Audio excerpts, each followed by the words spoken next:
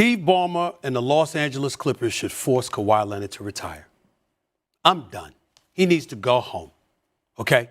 So on ESPN's First Take, Stephen A. Smith called for the end of Kawhi Leonard in the NBA. There's a lot to unpack there. I mean this in the nicest way possible to both of you, but listening to each of you right now, it's very obvious that you've played zero high-level basketball, and you do not understand the requirements of doing that. And I do mean that in a nice way. okay. I'll respond in a second. No, hold on. That's when JJ Redick ripped Smith for his analysis on the entire situation, along with Chris Mad Dog Russo. Willis Reed's out there on the court. Oh, God. Larry Bird's playing. Oh, Lord. You got to go play. Who did his typical song and dance. When we talked about Zion. You brought up Zion.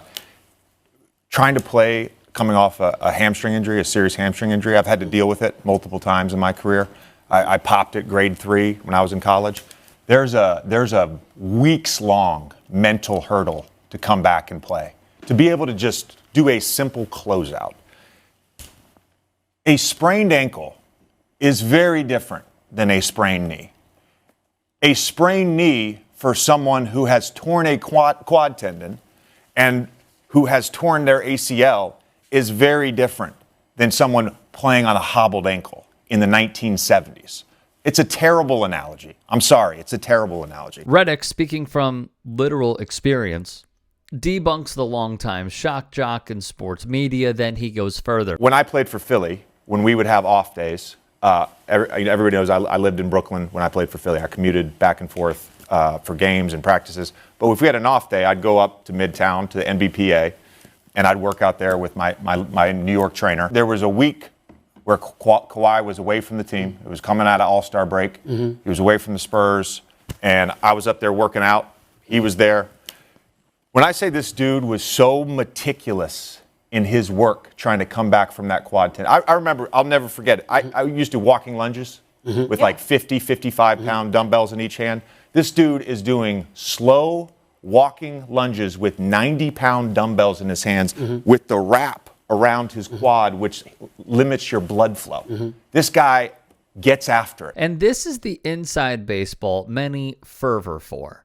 More from JJ. I understand the frustration with the load management issue.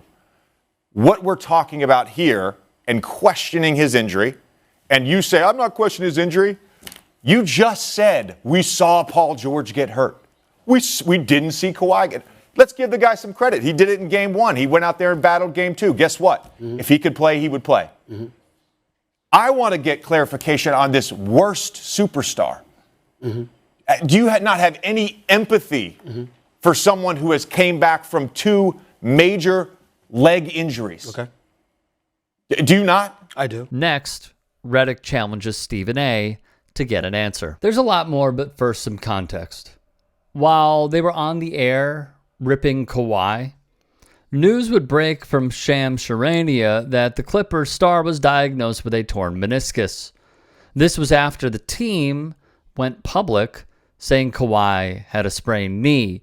Thus, you heard how the injuries are vastly different from JJ's own experience and others. Meanwhile, fellow superstar Paul George has been out since March the 21st with a knee sprain. The duo played together a measly 38 times. What strikes me as odd is this. But he is the absolute worst superstar you could possibly have on your team. He's barely ever there. And on top of it all, he does nothing to market or promote your franchise. Stephen A. makes the argument that Kawhi Leonard is hurting the Clippers organization. However, what would be more hurtful to the reputation of this team from the top down is what Smith clamored for to open up the segment. Forcing a superstar to hang him up and be banished from the team altogether.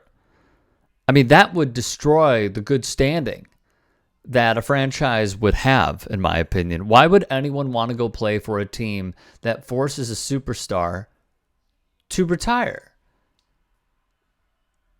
Who in their right mind, what agent would say, oh, they're definitely going to look after you? No, it wouldn't happen like that. Does Kawhi Leonard have a history of missing games? Yes. Has his right knee given him problems in the past along with the teams he has been on? Of course. This goes for not just the Clippers, but the Toronto Raptors, and before that, the team that drafted him, Greg Popovich, and the San Antonio Spurs.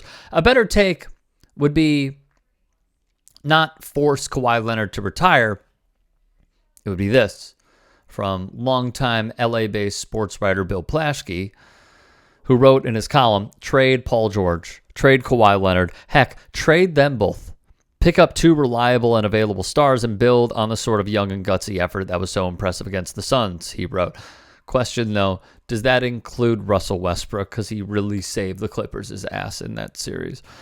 We are in a time where Stephen A. has admitted First Take's original purpose. Entertain. There is shock value in hearing him say, retire Kawhi, and not, I think they should trade Kawhi. The question is this. Must we go to the nth extreme to provide fodder when discussing a player who desperately wants to play but suffers setback after setback after setback? Kicking a man while he's down is rough. Sadly, that's the specialty of creating headlines and going viral.